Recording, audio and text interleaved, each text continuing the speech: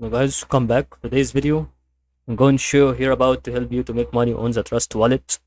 And that is about be really helping you on this situation every single moment on this type on what we are going to see here on this situation. That is about be really helping you a lot on what we are going to have in this kind of the situation.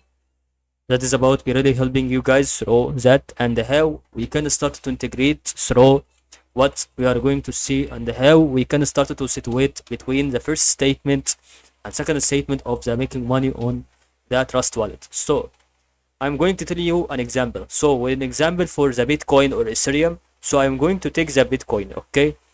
You see here, the Bitcoin now is minus 2 percentage or 1.91 percentage.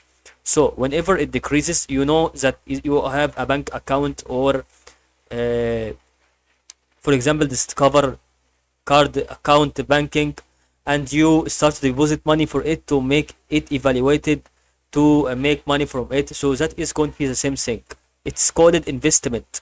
You buy it, you wait it to rise, and then you sell it. Then you gain money. That is the simplest thing to make money from the Trust Wallet. Thank you.